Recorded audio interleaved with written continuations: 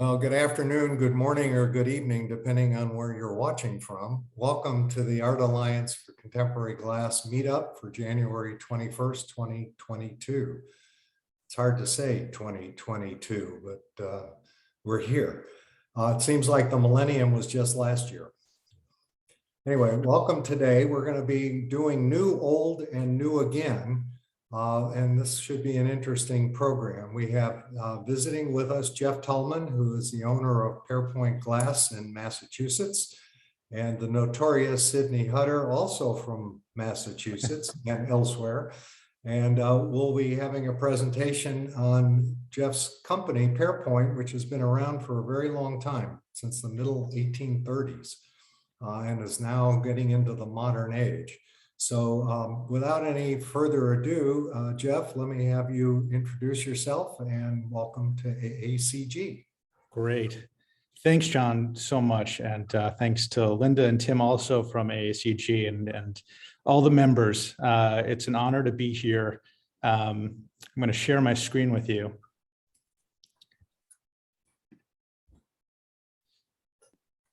Okay. Can everyone see it? Great. My name is Jeff Tallman, and I am a co-owner of Pairpoint Glass. And I want to talk to you a little bit about Pairpoint and how we're working, these days and with Sid. But first, I want to give you a little history about our company. Our company is 185 years old, so a little historical context, I think, is in order. And then I want to tell you about our current operation, what we make and how we do it. And lastly, the collaborative platform that we work with, whether in-house designers or outside designers and artists. And that's what brings us here today, to talk with Sid. So I own Pairpoint with my brother Gary. We took it over. Let's see, we were first introduced to Pairpoint in 2014, but we took it over in 2015. And my background is in private equity. I've owned a number of companies across industries, doing turnarounds and roll-ups, really fixing the efficiencies and bringing together the best operating teams for companies, to bring them back to their former luster or bring them to a whole new level. And Pairpoint was a unique opportunity simply because there's 185 years of brand equity. There are lots of collections and collectors, and it's an amazing opportunity to be working with such history. So just to give some historical context, like I said, we're 185 years old, and the company was founded in South Boston as Mount Washington Glass Works. It was in South Boston for about 30 years before it moved to New Bedford. While it was in New Bedford, their neighbor was a silversmith named Thomas J. Pairpoint, who they collaborated with quite a bit. And over time, they realized that it made sense to merge. And during that merger, they decided to take on the Pairpoint name, which I thought was so interesting. And then it was there, for quite a period. So it was in New Bedford for 100 years, and we moved to the Cape Cod Canal back in 1969. So I want to just give some design context, and it will start as Mount Washington, but really whether it's Mount Washington or Pairpoint, the company was always focused on being relevant. And being relevant and innovative. And so what you'll see there are some consistent design elements, and I'll show you more about that and how we maintain those and make them relevant to today. But you'll see the diversity of design that's happened over generations. And what has made this company so sustainable is being relevant in the era where they were producing. So you'll see just a few examples here and understand that there are thousands and thousands of different designs and product types. And so it's impossible to give a full cross section, but I just want to give some quick examples. So, you'll see, Burmese glass, you'll see quilted satin glass and lava glass and Royal Flemish, and Crown Milano. These are, diverse in style, but all from the same producer. And Mount Washington also produced lighting. It's something that, we're still producing to this day. This is an image from the World's Fair in Philadelphia. I think it was the 1860s or 70s. And you'll see some beautiful crystal chandeliers there. Now, when it was in New Bedford, our factory was 110,000 square feet. So quite a facility. And there were between 1,500 and 2,000 staff members. And this is just an image of the cutting department in 1904. And it just shows the immense talent that was on staff, and certainly something that was, showing the times that where labor was inexpensive. There were showrooms across the country, even into Canada, San Francisco, Chicago, Montreal. This one is in New York, downtown. And what I love about this picture is obviously the period look of the staff members and the people on the street, but also that Charles Louis Tiffany would come to the showroom and pick out pieces and bring it to his store uptown, later to be known as Tiffany and Company. And that's a company that we've worked with, for quite a long time. So, these are Pairpoint designs, and you'll see the diversity when the name was Pairpoint. Pairpoint continued the tradition of making lighting and barware and decorative pieces. Anything from cut crystal. Can you see my pointer here? So cut crystal here. These are some Gunderson pieces. And I want to just point to this controlled bubble ball or air trap design here. And I'm going to reference that a little bit later when we're talking about current pieces and current production. So over the history of Pairpoint, collections can be found in over 30 museums. I think it's almost 40 museums. We have pieces in the White House in the Lincoln bedroom. Queen Victoria collected some of our pieces, same with Princess Grace of Monaco, Pope John Paul, and I've been fortunate enough to work with the Kennedys and the Bush families, just to give you a sense of who has our collections. So today, our facility is about 10,000 square feet. It's right on the Cape Cod Canal. The majority of that square footage is manufacturing space. We do have a showroom that overlooks the manufacturing operation, so people can get a sense of how it's done and really appreciate the craftsmanship behind these pieces. And I'm also proud to say that we have an official train stop where we welcome 10,000 plus train passengers to come and take a tour of Pairpoint, learn about the history, and learn what goes into glassmaking. Here's just a picture of the type of train that will arrive right at our back door. And we can have between 100 and 1,000 people come off a train at any stop. This just gives a sense of what it feels like when people are coming in. And what we try to do is give them perspective. Traditionally, we would have materials arrive by train, and now we have visitors arrive by train, but it's still a very traditional process. So we tell them about glass making and color making. We show them our historic presses and our historic tooling, and obviously the hand shop. That's where they can see something go from, just a molten piece of material to something that's very beautiful. So this is about half of our hot shop, and this is a view from our showroom. And we run 2 furnaces at any given time. We have a clear crystal furnace and we have a color furnace.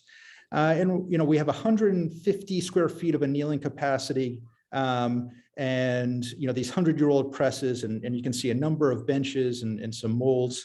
And even though it's not in the picture, a hot shop and warehouse and so forth. So to this day, we have the same recipes to make color that we did from the 1830s.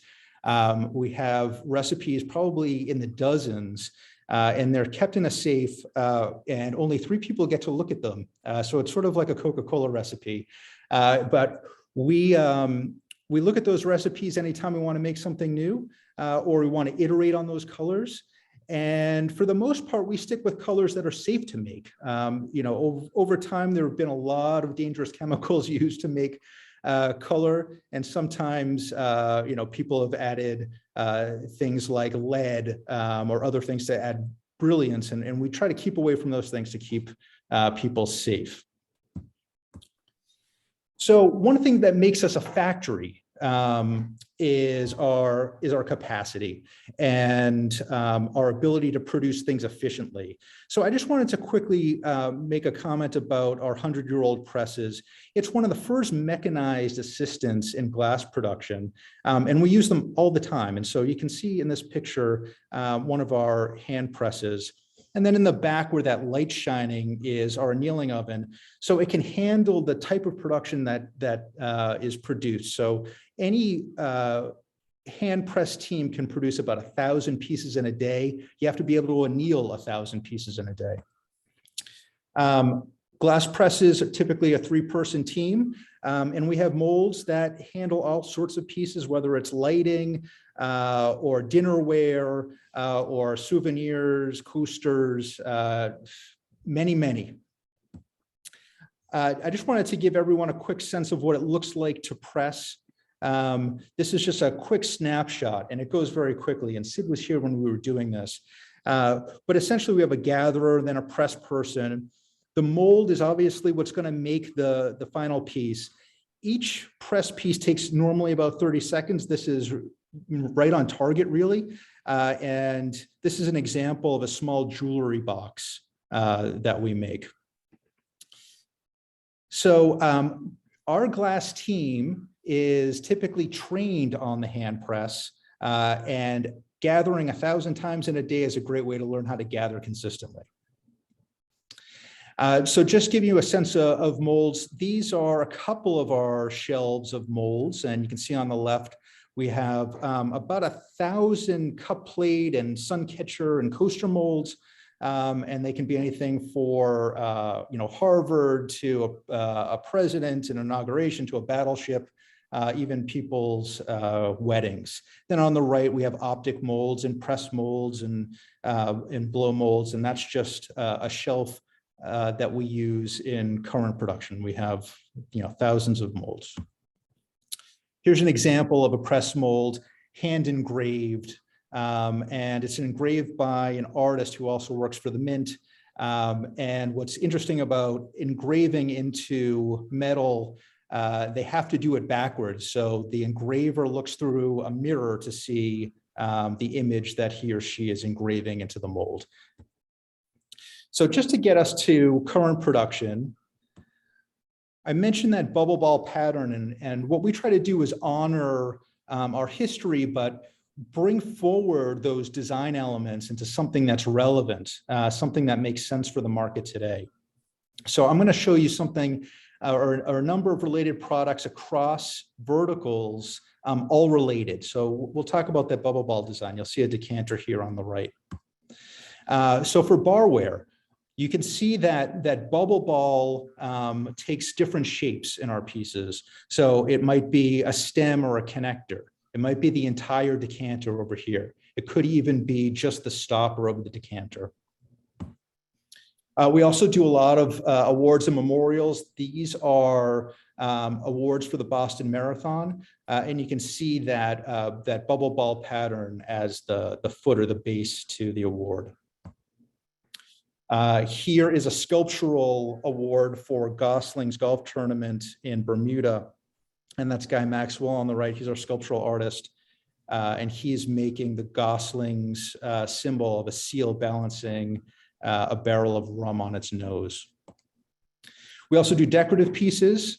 This is a tall Pern, a centerpiece of Pern, and we're located on the Cape Cod Canal, so it only makes sense to have some gurgling cods that are holding up that big bowl.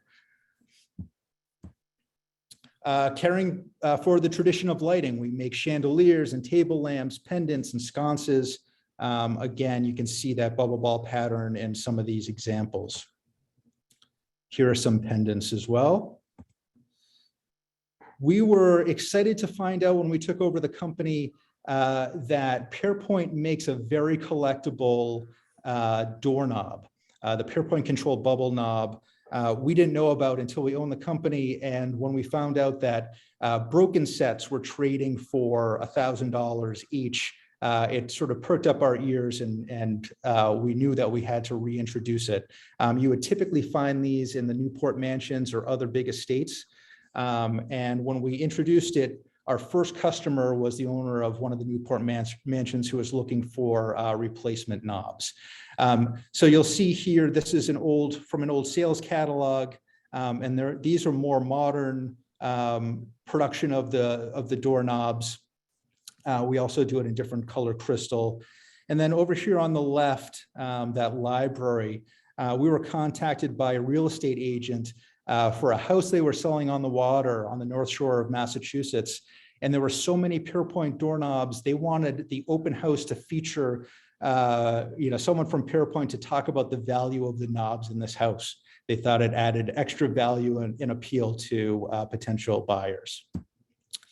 So that brings us to the collaborative platform and why I'm here today, and how we work with SID. Pairpoint is very fortunate, like I said, that 185 years of brand equity, that we have just so many large commercial clients that approach us for projects, actually more projects than we can currently handle. And I just want to give a few examples of how we work in this way, and the types of projects that we do. In the background here, you'll see a schematic. This was a chandelier that we did for a casino in New York. They were 8 feet in diameter, 8 feet tall, thousands of pieces that we had to produce, all to spec by hand. So I talked about running line pieces from Pairpoint. Then there are different ways that we work with designers and artists. So sometimes we do production for brands and designers, and they private label it.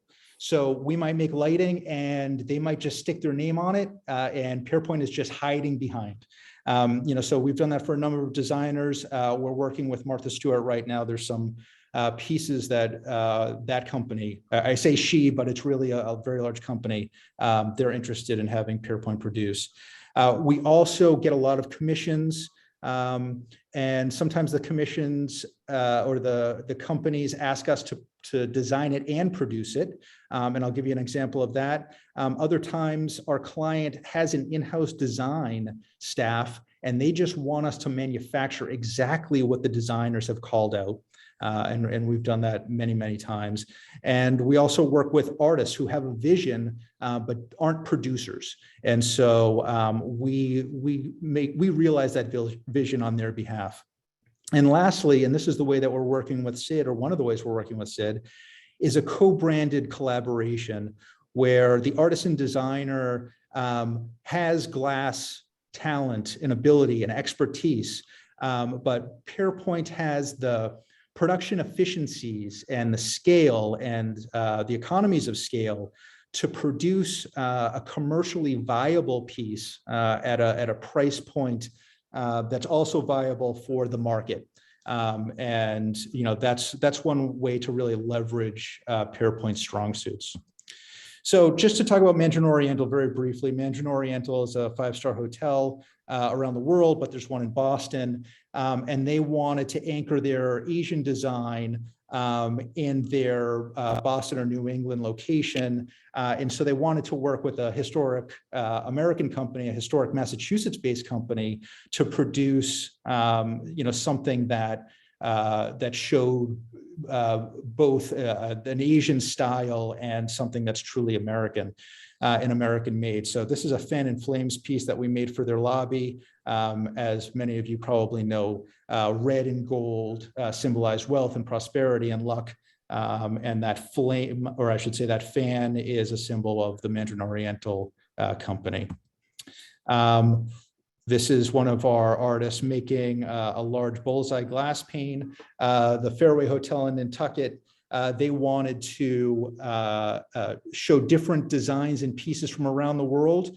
And the American piece or pieces were glass bullseye panes made by Pairpoint in their restaurant. You can see them in the back there. That was designed and spec'd by their architect and designer. Wynn Casino, I'm sure everyone's familiar with. They are in Las Vegas and Boston and Macau.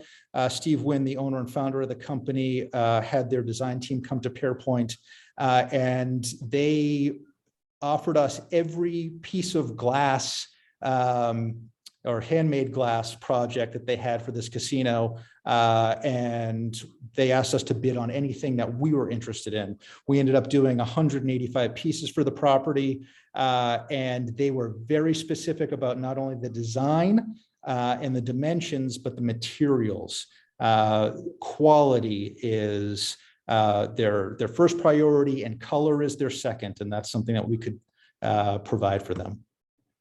This is us making some lamp bases for that project. And here are those lamps that are being made for the casino. And so just again, to talk about how we aid designers and artists. Again, we're a factory and production efficiency and quality is really what we focus on. We allow the artists to leverage those things, including the specialization of different artists and the optimized tooling, and certainly our capacity. Our glass blowers are production glass blowers. They work individually or as a team to deliver on time and at the lowest possible cost. And the reason why I was showing our facility and the train, we have tens of thousands of visitors to Pairpoint every year, train, bus, car, all sorts of folks that come and learn about glass and what we're producing there in association with designers and artists. And it's a great platform. And, again, Pairpoint is always a target of commercial clients looking to find a producer, especially an American-based producer. And this is my buddy Sid, who's going to be talking in a second, working in our cold shop. And, we're excited to have Sid because of his amazing expertise and design skill. And he brings a whole new flavor. And you can tell just from some of the pieces that I've shown versus the pieces that you either know and love from Sid or you're about to learn. We love to have experts really broaden our base of knowledge. His cold shop skills are second to none, and he brings lighting expertise that we're super excited about to work together on. And one thing that we've talked about that we can all look forward to is taking some of these Pairpoint molds that we've had for generations and putting them to a different use, finding new and relevant ways to use some of this tooling. So with that, I thank you for having me, and I'm going to pass it along to Sid. Well, before we go on to Sid, we had one or two questions for you. Oh, sure. Would you state again exactly where Pairpoint is located? Sure. Pairpoint is on Cape Cod in the town of Bourne, right on the Cape Cod Canal by the Sagamore Bridge. We're right on the water, which is very exciting. Now, the second question is, do you have a relationship with sandwich glass? So we were founded by the same founder of Sandwich Glass, Deming Jarvis. And as I said before I walked through my PowerPoint, we are essentially neighbors. So I'm not even sure exactly the distance. If it's more than a mile, it's barely more than a mile down the street that we operate. And we do have a history of working together, and it's a great synergy, especially when it comes to people coming and visiting and learning about glass, to see the press pieces, learn about the history at the museum there, and certainly see the operation at Pairpoint continue on as well. Very good. Well, let's move on then to Sidney, who needs no introduction to most of the people on the meetup today. So Sidney, why don't you go ahead and start and give us a rundown of your career and how this has evolved into working with Pairpoint. Okay, thank you, John. Thank you, Jeff.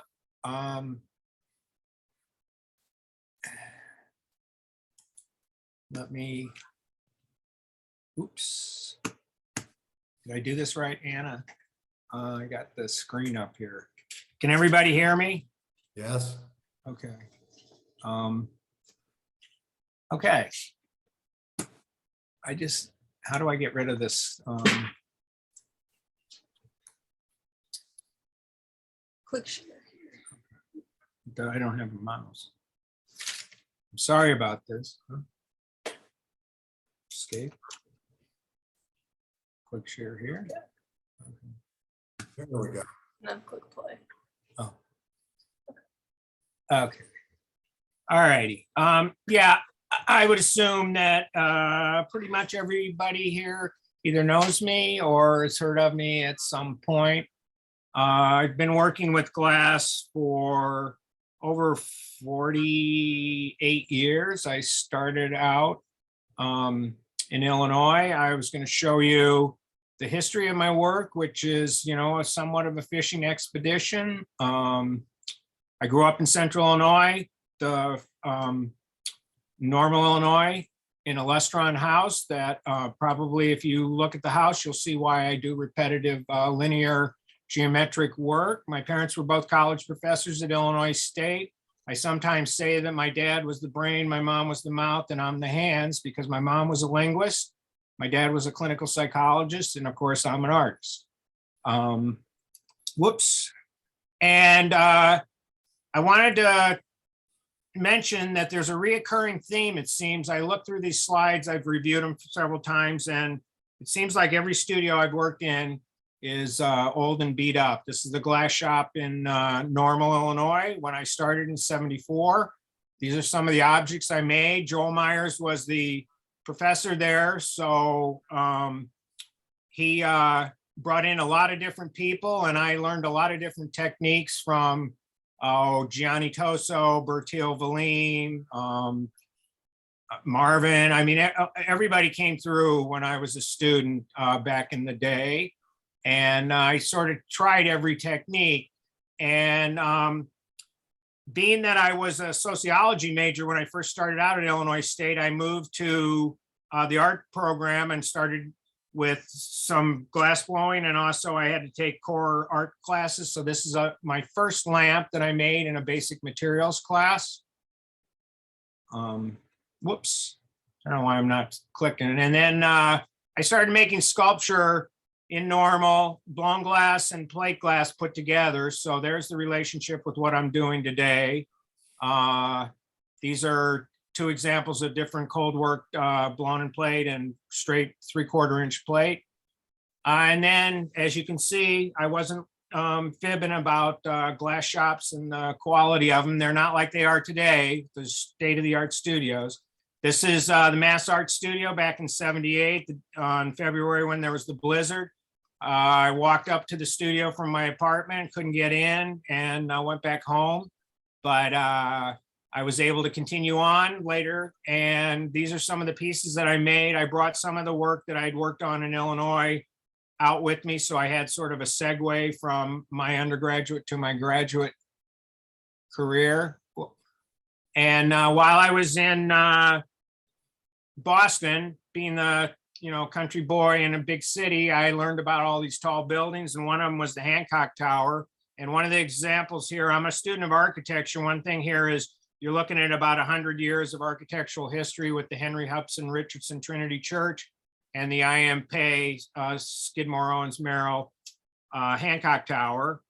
And I was able to get some of the glass that was used from the building to work on my own work. A friend and a co-student, Joe Upham, was able to find the salvage rights, or he knew somebody who owned the salvage rights to the windows when they deglazed the building. And so he used the clear glass to melt in the furnace, and I used the mirrored glass to make sculptures. So here's a series of sculptures that I made out of Hancock Tower glass in the late '70s. At that time, glass and sculpture were a concept that was just evolving and developing. There were people like Chris Wilmarth and Larry Bell and Dwayne Valentine in the art world, but it wasn't like it is today. And 2 weeks ago, if you saw Linda Ross's presentation and all the artists that are working sculpturally with glass now.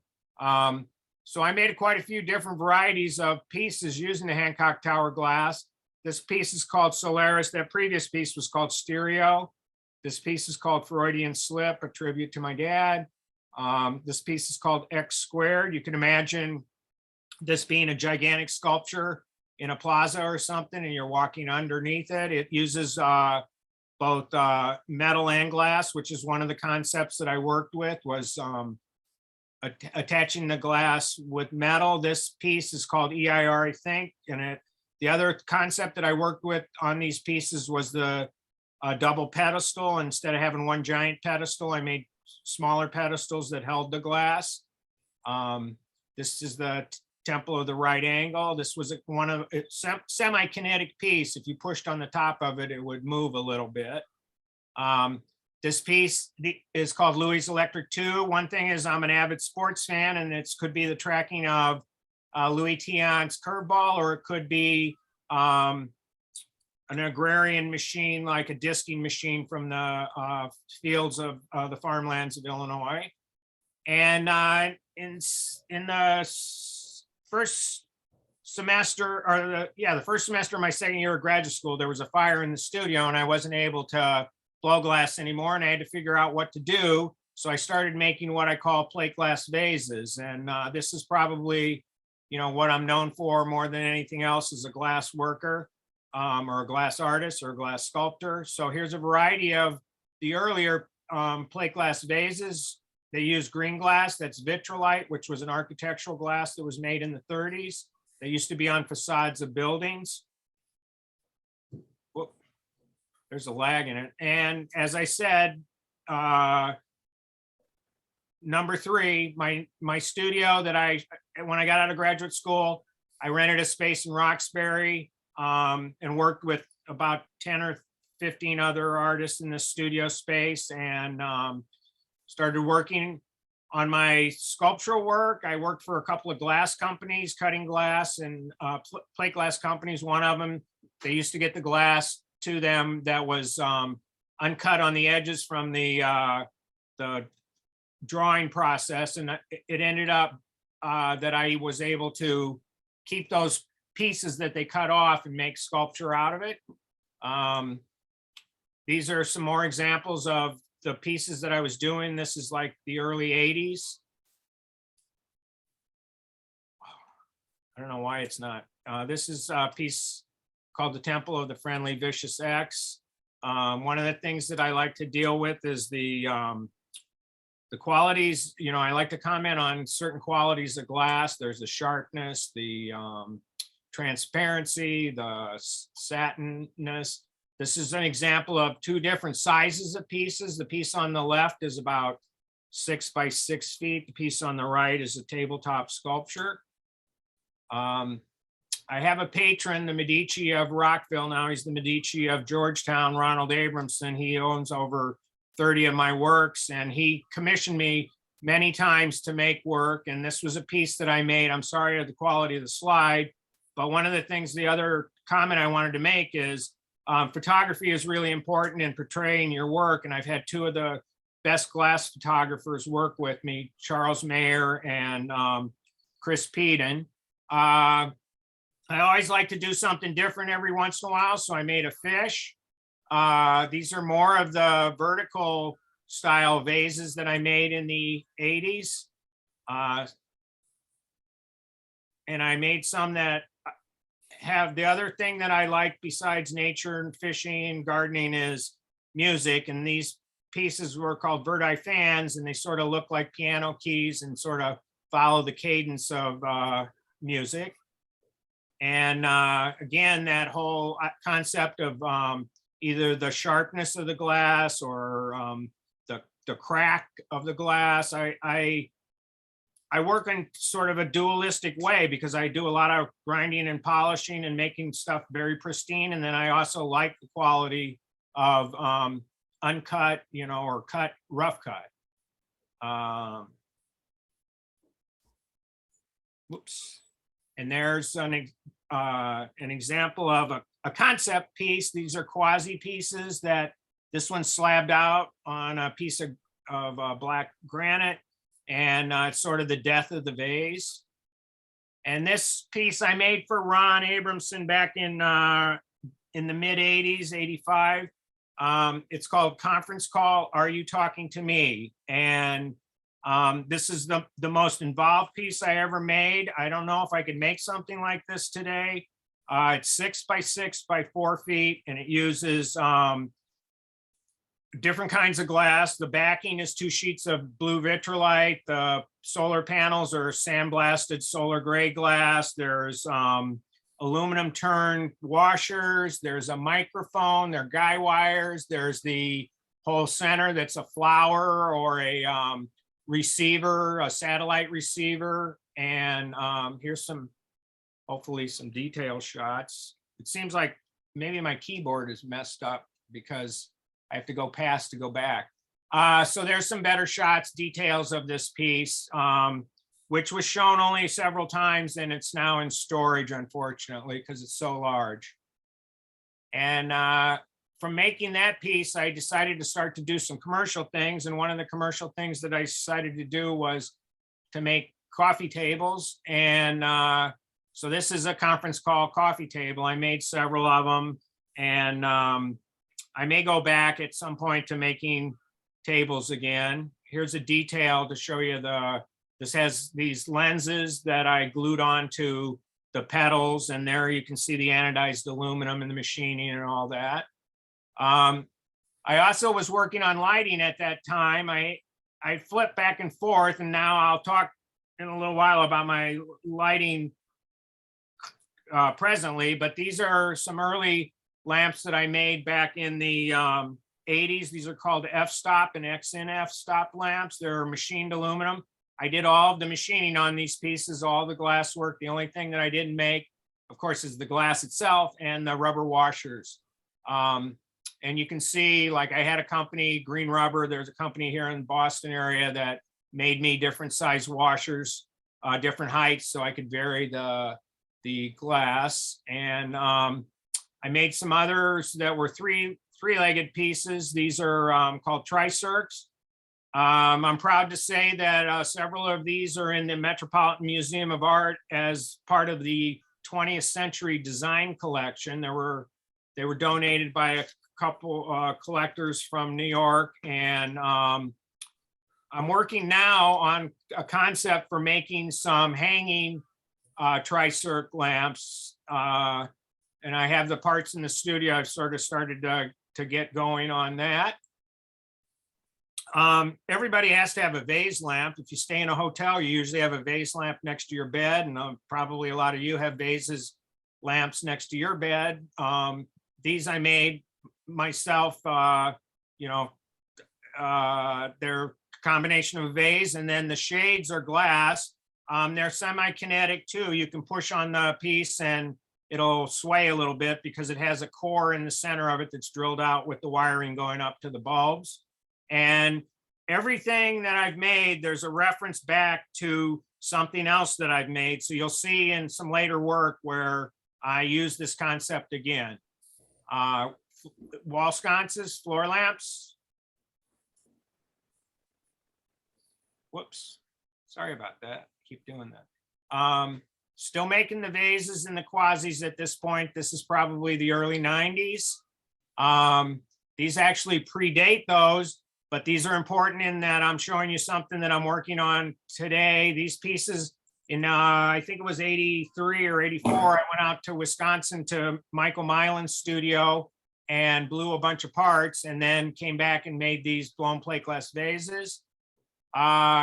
In the early 90s, there was glass changed, and there was a kind of glass that they started making called Crystal Clear and Starfire. They were clearer than the green glass that has iron in it. And here's some examples of how clear that glass actually is. At that point, I was making huge pieces. These were all in the 20-inch range and weighed up to 50 pounds. Not that we're weighing the glass or anything, but they were just, I don't work this large anymore. This was a quasi piece. This actually is in my studio.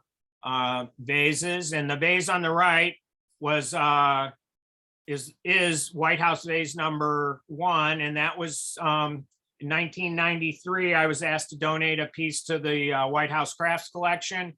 And I got to go down to Washington and meet the Clintons, and it ended up my piece was in the room where we were, and he asked me which piece was mine. I said it was right over there. And so he had the Secret Service or whatever his detail hand it to him. And so I have this great picture of me with the Clintons in my piece. And it ended up that, whoops, my mom got to go to the National Museum of American Art. That's her in the foreground, and got to meet Mrs. Clinton. And it was kind of an interesting situation.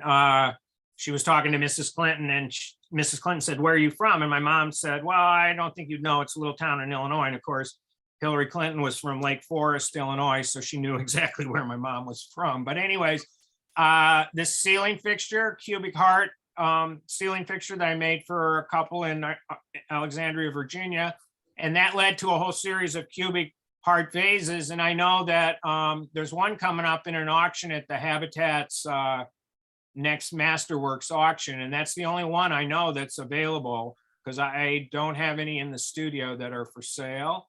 So these are all examples of that concept. And then I also was making vertical vases. I decided to put the piece on its side, similar to the verti, but they're called vertical vases. And I was still working on the outer shell of the pieces, which I called quasis, which is the definition of quasi is almost. And these are, you can see that they're not lit, and everybody would say, oh, they're wall sconces, but the light was projected through them. And you can see on the wall how it, portrays the colors through the glass. I got so frustrated at one point with all of the finicky cold working and grinding and polishing that I started making what I called solid vase forms that were totally solid. These are the first two. And there's a series, I was looking at these slides last night and reviewing my presentation, and I realized there's an interesting sort of de-evolution or a dissection of the vase in these series of pieces, where it shows all kinds of different, I guess you'd call it permutations of a conceptual vase. So you see here, you have the inside and the outside of the same piece, sort of. Opening up the piece and cutting off sections of it and then helixing them like I do with my regular plate glass vases. Cutting the sides off, either two-sider or four-sider. Altering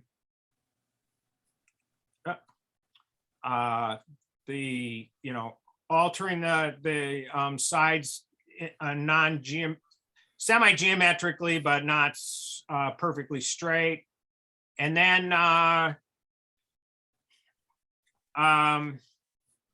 in about the mid 90s, I moved into this studio that I'm in now in 91. And in the mid 90s, I became aware of the fact that I could add dye to my adhesives. And so I started using color much more instead of using color of the glass, which at that time it was gray, bronze, or clear or green.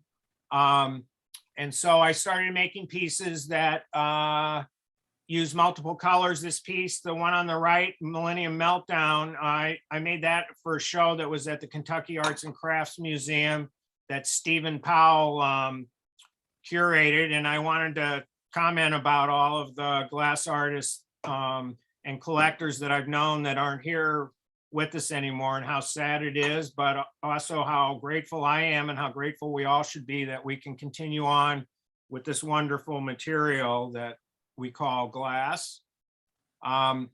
This series here, I removed the yellow, the red, and the blue in these pieces. So each one has one of those colors missing from the construction of the piece. There's a three-sider, and the piece on the right, I really like it. It's cut like 4 or 5 times. Another three-sider. And then I move on. I've made lots of series of vases. I probably made up to 20 series if you add them all up. These are called polished laminated plate glass vases, and these use triple or double laminated sheets. There's 3 sheets of glass laminated together and then ground and polished, and the bars are the same. I made some that were vertical. I don't know why that keeps doing that. And the one on the right uses this, it's called Lumigen. It's a kind of pigment or dye that fluoresces. So that piece is fluorescent. And I just wanted to also at this point plug some of my galleries and talk about, I know a lot of you are collectors, and it's tough times for the artists right now. And I just, hope that the collectors will keep supporting us, because because of the COVID, it has not been the best environment for artists working. And like the piece on the left is one of the only available polished laminated vertical vases, and that's the Raven Gallery in Aspen. Here's some of the plate glass vases, and to show you that I, made big ones, and now I'm making littler ones that I call middies. And here's an example of two vases that use color and pigment in two different ways. And when I say pigment, I switched over from dye to pigment because pigment is much more light fast for the pieces. And I also use, in the piece on the right, you can see that has a special effect pigment that's a sparkle. And that piece is at the Shaw Gallery in Naples, Florida, which I'm going down there in March for a show with several other artists that are in, it's called Masters of the Medium. And the piece on the left uses red and blue pigment, and that's at the Sandra Ainsley Gallery. And then the piece there on the very left is blue and yellow, and that is at the Duncan McClellan Gallery. So now we'll take a quick look at the studio. Yet another example of beat up space and my dog Silica. This was 91 when I moved into the studio. Oops. There's a shot of I used to have a wall of all the cards. I get cards from all the galleries, and I used to put them up on the wall of all the different people. You can see tons of the other artists that work with glass, and I'm very supportive of other artists. I think that we're all in it together and should be supportive of each other. And this is the material that I work with. This gives you an idea of what it is. This is plate glass that's being drawn, and this is at the Pilkington factory in Rossford, Ohio, during gas that was in Toledo. I think it was in 2012. I went on the tour and I met Stephen Widener, who's vice president of Pilkington North America NSG. It's a Japanese company that owns it. And they've been very, very good about helping artists. They have a program now called Momentum, where they have a competition, which I've entered, but haven't received yet. They allow you to go into the factory and use all the materials they have.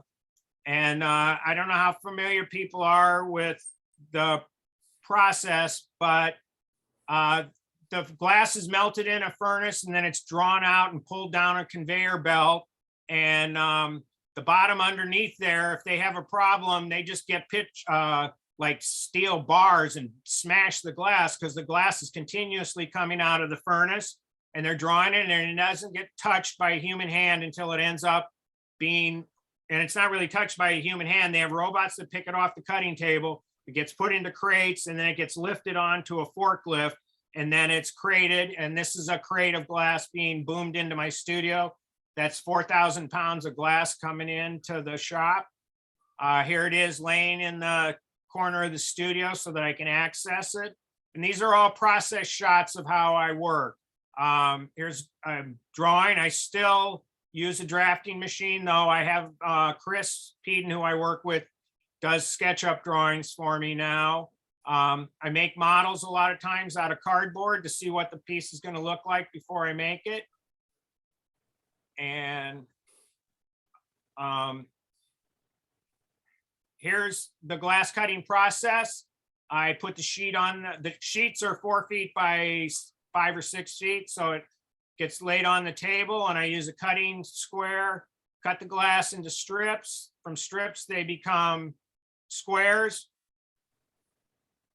From squares, they become piles of squares. And then I get the glass cutter out, and this is where Sidney Hutter, the glass cutter, starts working to make his circles. And there's a close-up of a piece that's being cut. I don't know how many people work the way that I do. I sort of invented all my techniques. I mean, I learned glass cutting, of course, from glass cutters when I was working in the commercial glass world, but I have developed a lot of these techniques myself. And I also build a lot of the tools that I use for my work myself or with assistants. And one of the things is this talk is about collaboration. And I realized that I collaborate not only with the people at Pairpoint, but also I've collaborated with lots of artists and lots of different industry people. This is a stack of glass that's been cut circles. Everything is got to be controlled as far as the size and numbers so that it lines up later on. Here I am doing some belt sanding to get some parts ready. This is my waxing process that I didn't invent, but I made it work for me. I use an optical stacking wax that they use to dop lenses when they grind them for eyeglasses. And this is in a crude oven that one of my studio mates, her parents redid their kitchen, and I inherited their old stove, which I used to wax. I still use it to this day. And there's a block of the glass all waxed together with some bricks and lead weights. And, you know, it's sort of Sidney Rube Goldberg Hutter here, you know, and it's like, if I can figure out how to make it, that's what I'm going to do. Here's my diamond saw. I do try to be precise with my work. I use squares and calipers. This is the grinding area where a lot of the pieces are ground and polished. Here's, after all that process, this is what I end up with. There's strips that are ground polished on 4 surfaces, and 2 surfaces are stock from the factory, the top and the bottom, but all the other, where the one is and the other side of it and the 2 edges, the ends of it are all ground and polished. I used to grind my circles by hand, and now I have a machine that Peter on the right, Peter Lindenmuth built for me. It's a takeoff on an Italian grinding machine. And this shot shows you the 2, I have 2 of them now. I have 1 grinder and 1 polisher, and this is how the circles are made for all of the pieces that are polished. Whoops. And here I am mixing some pigment that I'm getting ready. Pigment, it ends up that because of the growth in the technology of the adhesive industry, I'm able to cure pigment, which is a much denser form of color. And here's a bunch of the different colors that we use. Here's Lisa Korber, who used to work for me. She's getting ready to glue some circles together.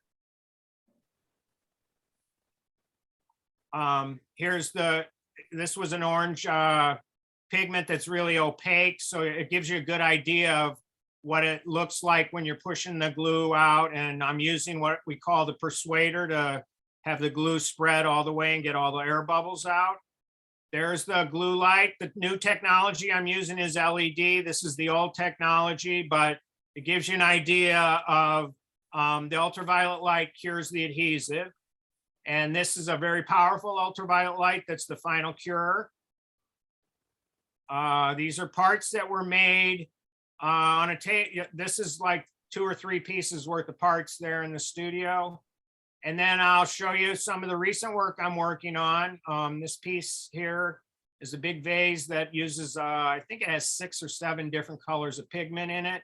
And it's at the Habitat.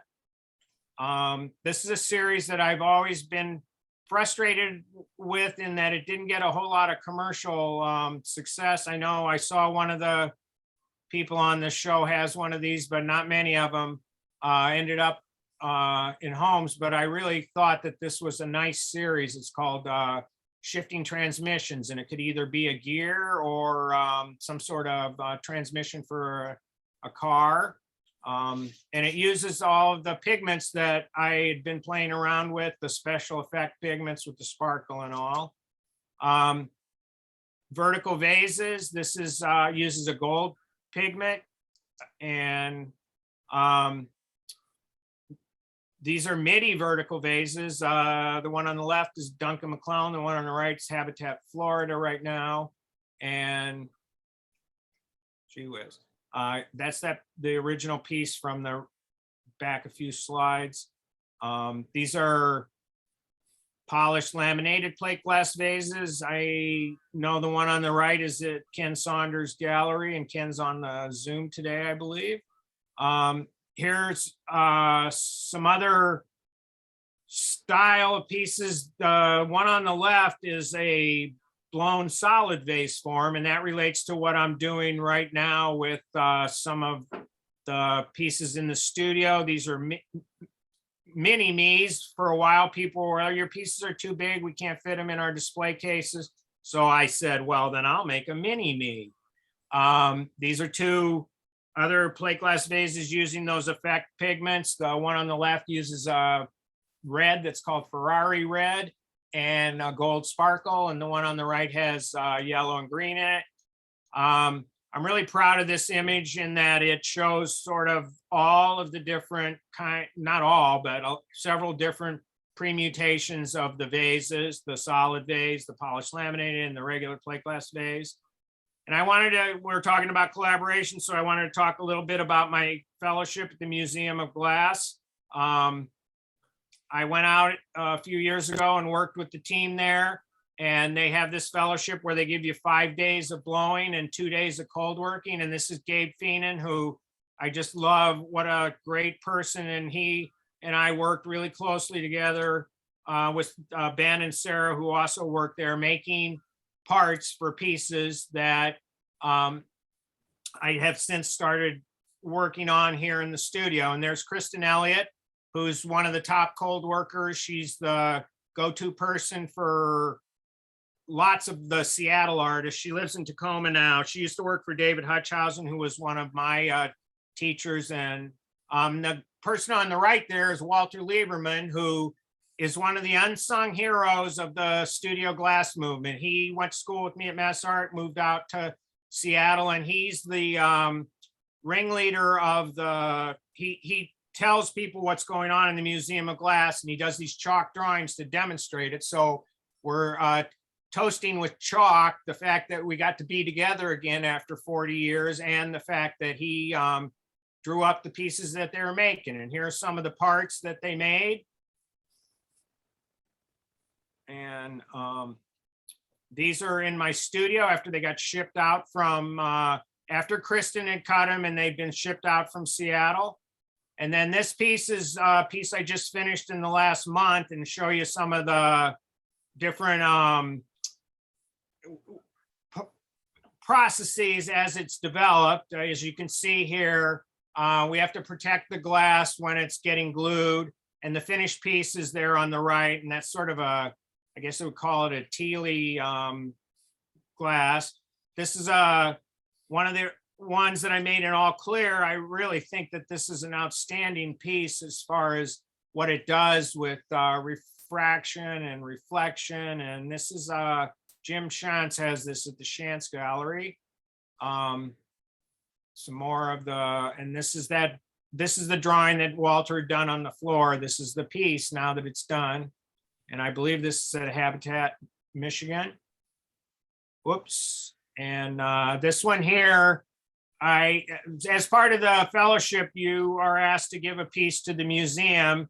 And this piece I gave to the museum, this is, we warmed up, Gabe and I and the crew, by pouring water into a vessel, and it cracked on the inside. And then Kristin cut it up, and then I glued it back together again. And I really like the way that this looks as far as what it does, and talks about the combination of what blown glass is and what my plate glass sculpture is and all that. Which brings me really close to current work. Well, that's current work, but this is the other angle of my work, as it were, which is lighting. Back in about 2010, I made what I called architectural light vessels that used aluminum as a frame, and then the glass slid into the aluminum frame, and they had LED lights in the core. Ron has several of these in his buildings down in Washington now. And this gives you an idea, close-up detail of that core where the light is placed in there and the bars sliding through the metal. And I've made some wall sconces, and I've evolved with the wall sconces to the point where I'm pulling them out away from the wall so you can get a little bit of that light spray. These use LED tape around the insides of them. I have quite a few of these in the studio. I've never shown them outside of the studio. I'm slowly working on them, but I really like the intersection of the glass to the aluminum and the light passing through them. And these are what I call pendant lights, and they've had an evolution as well.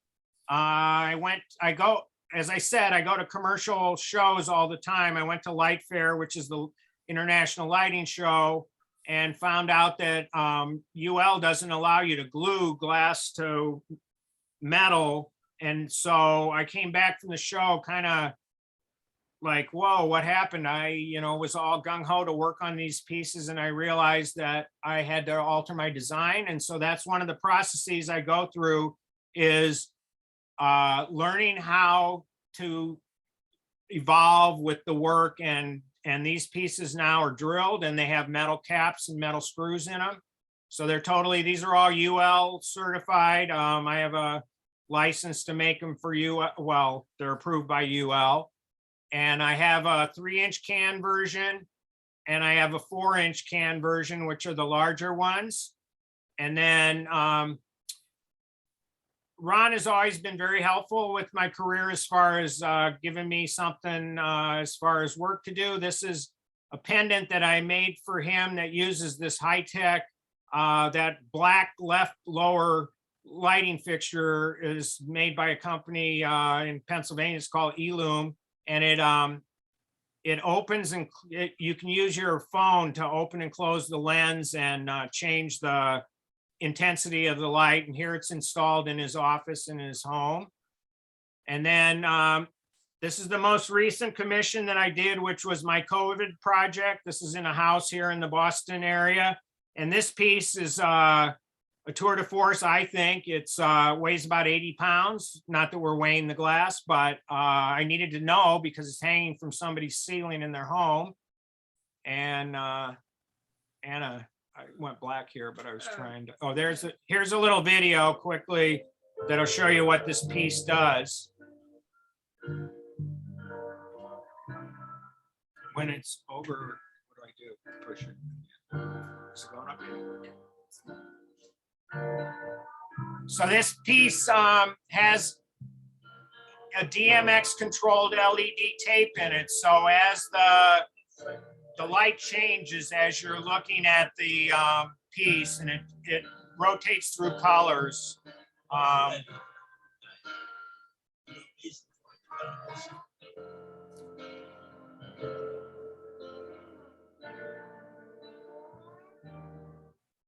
And so this project was amazing because the client was building a new house. And so I got to work with the client, the architect, and the builder. And we ended up putting this piece into the home. And as the construction evolved, we went in periodically to add more of the piece. And it was also a collaboration.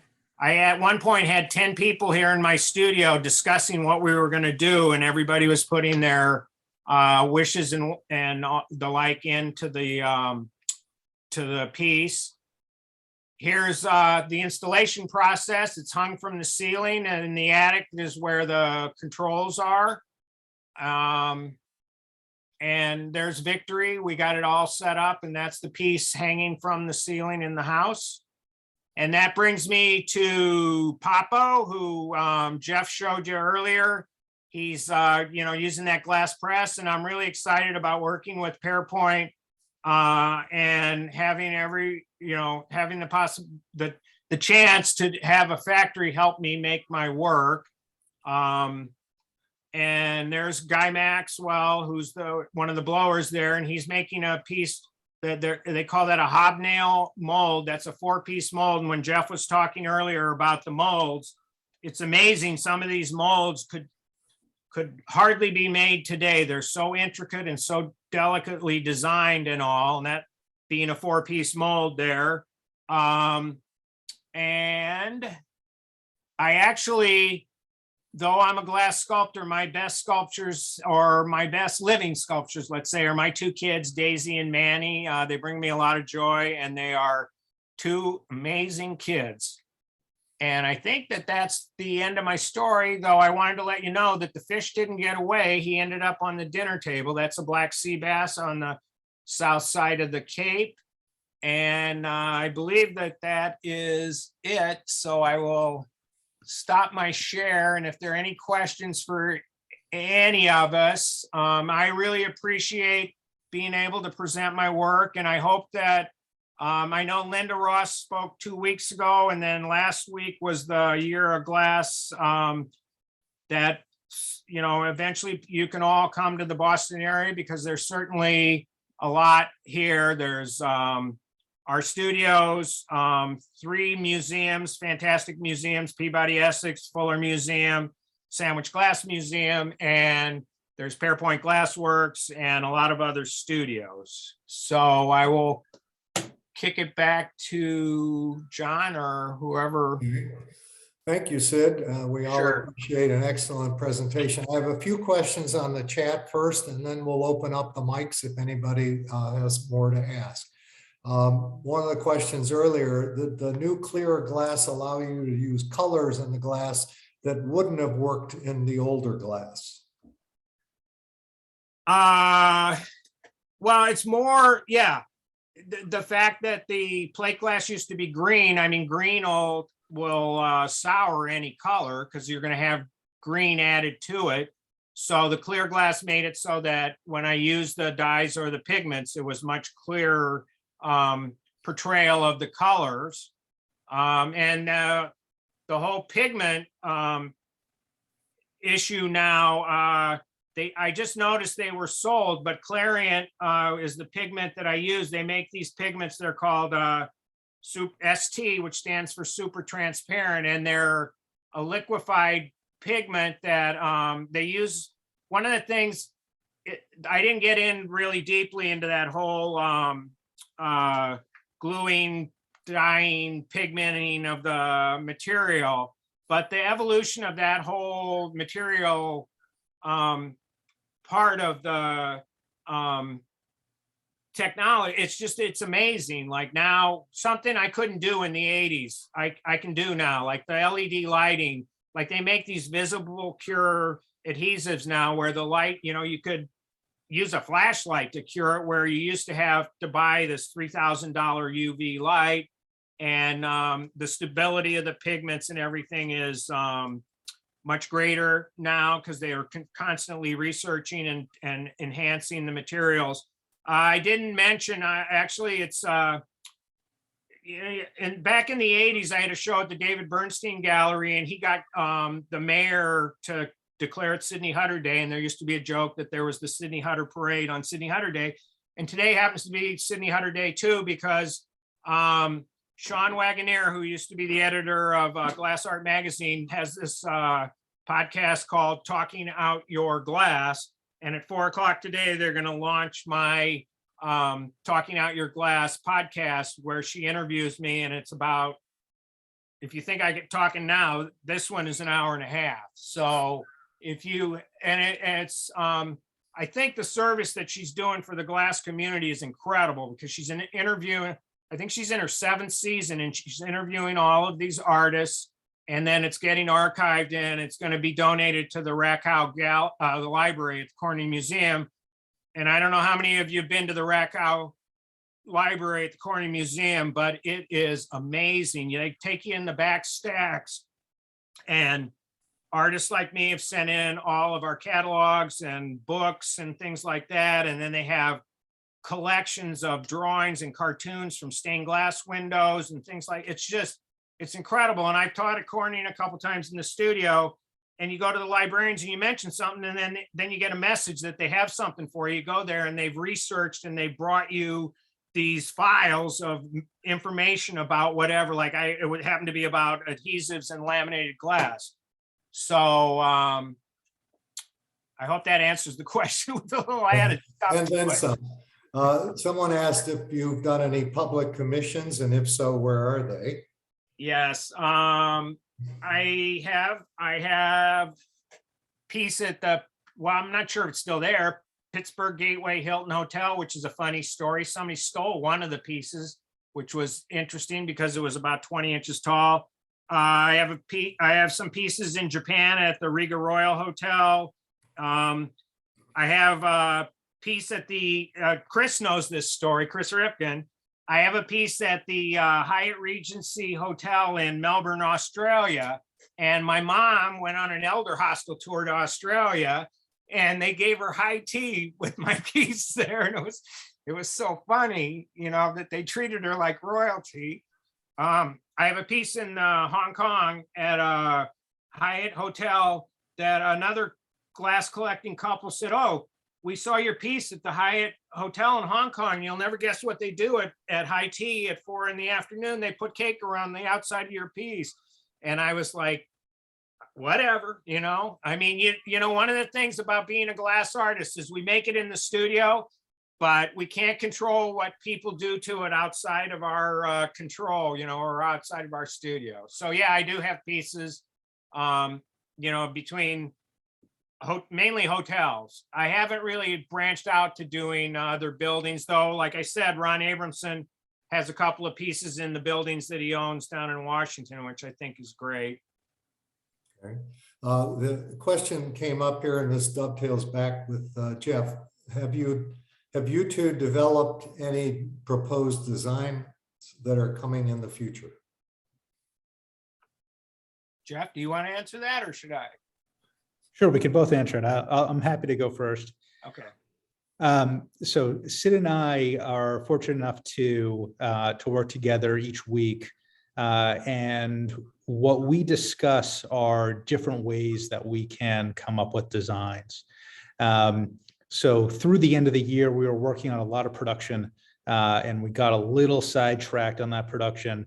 But what you're going to find are some new designs coming up that we're going to integrate both some Pairpoint hand shop style with Sid's plate glass, but also some things that are quite out of the box. So we're excited. We'll present them later, but it's upcoming. Sid, did you want to add anything to that? Yeah, it's an evolving process. I go down there every week, and I'm learning what different molds are there, and I work with the staff there on different pieces to get a feel for it. Like that, I went down with Papa when they were doing the pressing, and I really think that trying to pull out some parts and figure out what we can do with the press parts. One of the things that I want to stress, you know, it's the year of glass and everything, and I think that people should understand that what they have there at Pairpoint is really something very both valuable and unique in that it's American glass. It's one of the only American glass factories that still exists. All of the ones down in West Virginia are gone. A lot of the ones that were in Ohio are gone. You know, hand shops are not around like they used to be. And, you know, between having Pairpoint there and having the Sandwich Glass Museum, which has just an incredible collection. I had a show there in 2017. I had a retrospective show, and I got to hang out in the museum. And you know, what America made, you know, like when Jeff was showing his slides earlier of the 1850s, 1860s, you know, all the way up to, you know, a certain time, it was all hand done, you know, and or it was machine made by something like a hand press, you know, and that, you know, today in society, everything is thrown out and nobody has any respect for, you know, craftsmanship. I mean, that's one of the things about my work is that I take pride in the fact that it's handmade in America. And, you know, hopefully we'll be able to revive more and more that new look with the old look of what Pairpoint did and what we're doing now. So Thank does you. that answer the question well? Yeah. I think so. We're running out of time. We've actually gone over time, but I'm going to ask Linda to unmute everybody. If anybody has a urgent question that they want to ask, we have time for one or two. You can just speak up once she's unmuted you. Everybody will have to unmute themselves. I can't unmute people. Are there any questions from the audience?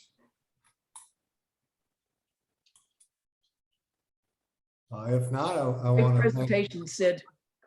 Thank you very much. And I Thank want you. to Thank say you. to all, thank you.